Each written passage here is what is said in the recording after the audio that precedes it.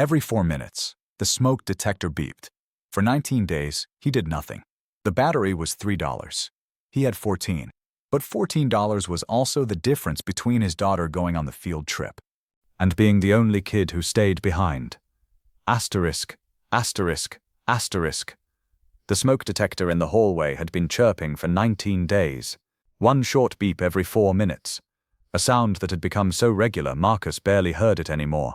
The battery needed replacing. The battery cost $3. $3 was not the problem.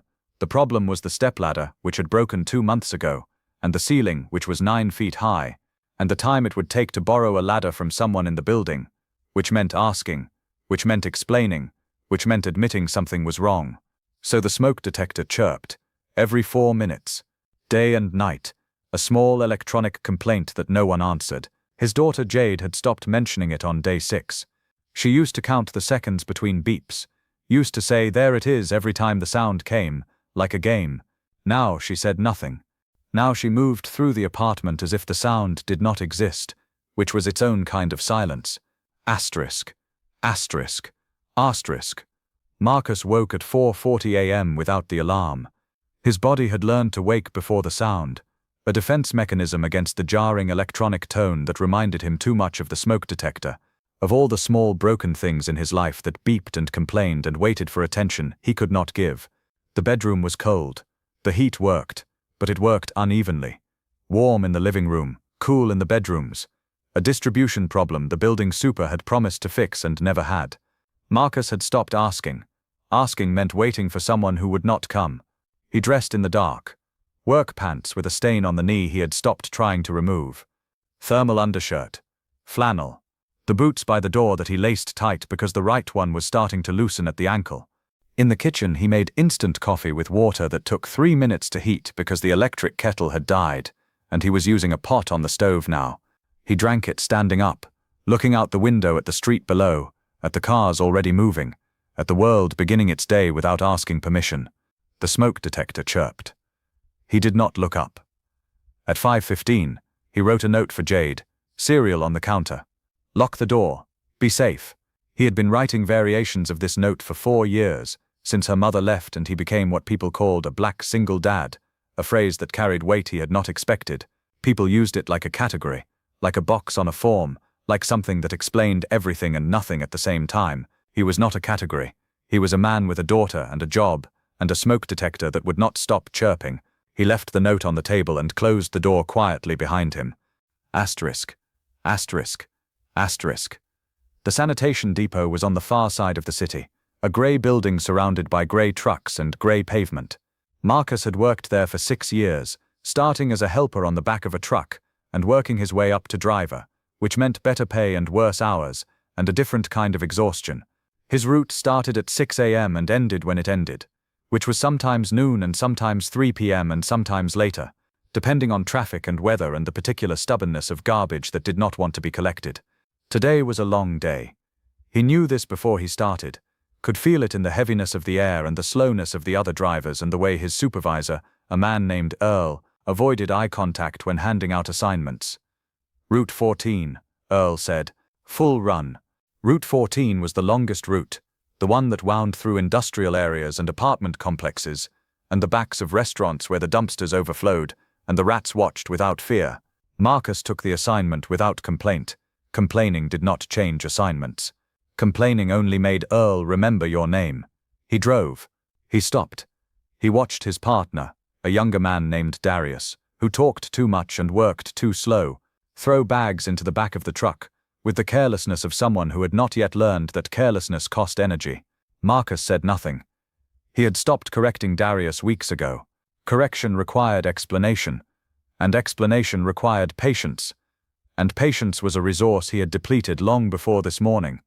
At 11:30 they stopped for lunch near a park where the benches were empty, and the trees were bare. Marcus ate a sandwich he had made the night before. Peanut butter, no jelly, the bread slightly stale. Darius ate fast food from a bag. The smell of grease filling the cab. You got kids? Darius asked. 1. How old? 12. That's a tough age. Marcus looked at him. Darius was 23, maybe 24, with no children and no understanding of what a tough age meant. But he was not wrong. 12 was tough. 12 was the age when Jade had started closing her door, when she had stopped telling him about school, when the space between them had grown from a crack to a gap to something that felt, some days, like a canyon. "Yeah," Marcus said, "it is." They finished lunch. They finished the route. Marcus clocked out at 2:47 p.m. and took the bus home, standing in the back because the seats were full, holding a pole that had been touched by 1,000 hands, watching the city pass through smudged windows. The smoke detector would be chirping when he got home. It was always chirping.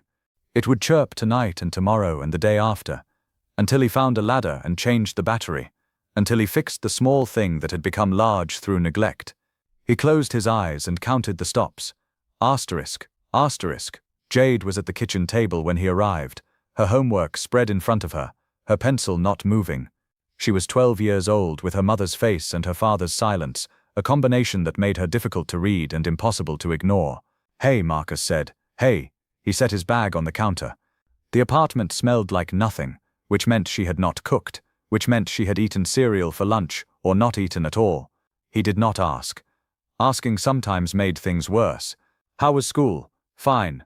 "Anything happen?" "No." The smoke detector chirped. Neither of them reacted. Marcus opened the refrigerator and looked at the contents. Half a carton of eggs, some leftover rice, a bag of carrots going soft, a block of cheese he had bought on sale 2 weeks ago. He calculated meals in his head. Tonight, tomorrow, maybe the day after if he stretched. Then the numbers would run out, and he would need to go shopping, which meant spending money, which meant the numbers in his other calculations would need adjusting. "I got a note from school," Jade said. Marcus turned. She was still looking at her homework, her pencil making small marks that were not words. "What kind of note?" "From Mrs. Patterson. About the field trip." He waited. "It's $22, due Friday." Today was Tuesday. Friday was 3 days away. $22 was not impossible. But it was not easy either. Not with the electric bill due next week, and the boots that needed replacing, and the grocery run he could not postpone much longer. "What's the field trip?" "Science museum. The whole grade is going." The whole grade, which meant everyone would know if she did not go, which meant the social cost of $22 was higher than the financial cost, though both costs were real and both costs mattered. "I'll figure it out," Marcus said. Jade looked at him. Her expression was careful, controlled, the expression of someone who had heard "I'll figure it out" before and knew what it sometimes meant. "You don't have to," she said. "It's not a big deal." "It is a big deal. It's just a field trip. It's your field trip." She looked away. The pencil moved again, making marks, filling space. Marcus closed the refrigerator. He stood in the kitchen, in the apartment that chirped every 4 minutes, and thought about $22. He thought about the overtime shifts he had not been offered lately, about the side jobs that had dried up when the weather turned cold, about the jar of coins he kept in the closet that held maybe $8 if he was lucky. "I'll figure it out," he said again, because saying it twice made it feel more true. Jade did not respond. Asterisk, asterisk, asterisk. That night, after Jade went to her room, Marcus sat at the kitchen table with a piece of paper and a pencil. He wrote numbers. He crossed them out. He wrote different numbers. The math did not change, but the act of writing made him feel like he was doing something, like effort alone could alter the equation. $22 by Friday. He had $14 in his wallet. 8 in the coin jar, maybe. That was 22 exactly, which sounded like enough until he remembered the bus fare for the rest of the week, the milk they were almost out of, the lunch money Jade would need if she did not pack her own. The numbers did not work. They never worked. But he had learned over years of being a black single dad in a city that did not make room for error, that numbers could be made to work if you squeezed hard enough, if you skipped meals, if you walked instead of riding, if you found money in the spaces between the numbers, in the margins where other people did not think to look. The smoke detector chirped. Marcus looked up at it, the small white disc on the ceiling, the blinking red light that meant low battery, the sound that had become so familiar it was almost silence. He needed a ladder. He did not have a ladder. He put the paper away and went to bed. Asterix, asterix, asterix. Wednesday passed. Thursday passed. Marcus worked his routes, came home tired, made meals from what was available, avoided conversations that required more energy than he had, Jade went to school, came home quiet, did her homework in the kitchen, retreated to her room before dark. They moved around each other like objects in orbit, close but never touching, held together by gravity and routine. On Thursday evening, Marcus counted the money again. $14 from his wallet. $7.63 from the coin jar. Less than he had hoped. The bus fare he had saved by walking Tuesday and Wednesday. The $2 he had found in his jacket pocket, forgotten from some previous transaction. $25.63. Enough for the field trip. Barely enough for everything else. He put $22 in an envelope and wrote Jade's name on the front. He left it on the kitchen table, next to the note he would write in the morning, next to the cereal he would set out before he left. Then he stood in the hallway and looked at the smoke detector. The chirping had become unbearable. Not because it was loud, it was not loud, but because it was constant. Because it was a reminder of all the things he had not fixed. Because every 4 minutes, it announced his failure to the empty apartment. He needed a ladder. He did not have a ladder. But he had a chair. He went to the kitchen and brought back one of the wooden chairs. The one that wobbled slightly on its legs but held weight if you were careful. He positioned it under the smoke detector. He stepped onto the seat. Too short. He could reach the detector, but he could not reach it well enough to open the compartment, to remove the battery, to silence the sound. He stepped down. He looked at the chair. He looked at the ceiling. He went to Jade's room and knocked. "Yeah? I need your help."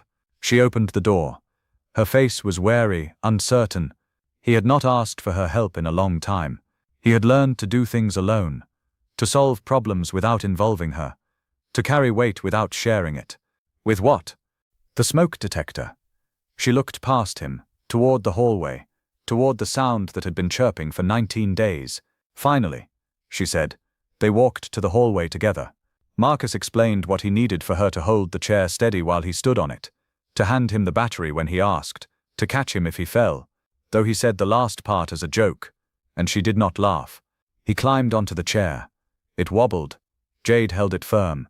He reached up and pressed the button on the smoke detector, and the compartment opened. Inside was a 9-volt battery. The kind with the 2 terminals on top. The kind that cost $3 and lasted a year if you were lucky. "Hand me the new one," he said. "We don't have a new one." He looked down at her. She was right. They did not have a new one. He had planned to fix the smoke detector without actually buying the battery. Which was not a plan. Which was a hope. Which was the kind of thinking that got him into situations like this. "Okay," he said. "I'll just." He pulled out the old battery. The chirping stopped. The silence was immediate and complete. A presence rather than an absence, a weight lifting from the apartment that he had not realized was there until it was gone. He climbed down from the chair. Jade was looking at him, her expression unreadable. "You just took the battery out," she said. "Yeah. So now it won't work at all." It wasn't working anyway. It was warning us. It was warning us about itself. About its own battery. That's all it was doing. Jade thought about this. Her face shifted, something moving beneath the surface that he could not identify. "That's kind of sad," she said. "What is?" "The smoke detector. It was trying to tell us something was wrong, and we just ignored it until it couldn't talk anymore." Marcus looked at his daughter. 12 years old, standing in the dim hallway, holding a chair that wobbled, saying something that felt bigger than the words she was using. "We'll get a new battery this weekend," he said. "I'll put it back in then. Promise." "Promise." She nodded. She carried the chair back to the kitchen. He stood in the hallway, holding the dead battery, listening to the silence. Asterisk. Asterisk. Friday morning, Jade found the envelope on the table. She opened it, counted the money, and looked at Marcus, who was standing at the counter drinking coffee, pretending not to watch. "You didn't have to," she said. "I wanted to. We needed this money. We need a lot of things. This was important." She held the envelope. Her fingers were careful, deliberate. The fingers of someone who understood the weight of $22 in ways most 12-year-olds did not. "Thank you," she said. It was the first time she had said those words in weeks. Marcus nodded, not trusting his voice, and finished his coffee, and left for work while the apartment stayed silent behind him. Asterisk, asterisk, asterisk. The field trip happened. Jade came home with a small plastic dinosaur from the gift shop and a permission slip for another trip in the spring that would cost $30. She talked about the exhibits, about the planetarium, about a boy in her class who had gotten sick on the bus ride home. She talked more than she had talked in months, and Marcus listened, and the silence between them became a different kind of silence, not empty, but full, like a room with furniture, instead of a room without. On Sunday, Marcus walked to the hardware store. He bought a 9-volt battery for $3.47.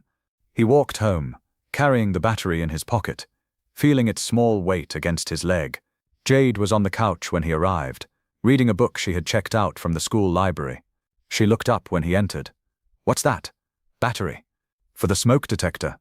"Yeah." She watched as he got the chair, positioned it under the detector, and climbed up. He opened the compartment, inserted the battery, and pressed the button to close it. The smoke detector beeped once. A test.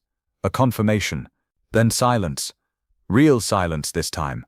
The silence of something working instead of something broken. The silence of a problem solved instead of a problem ignored.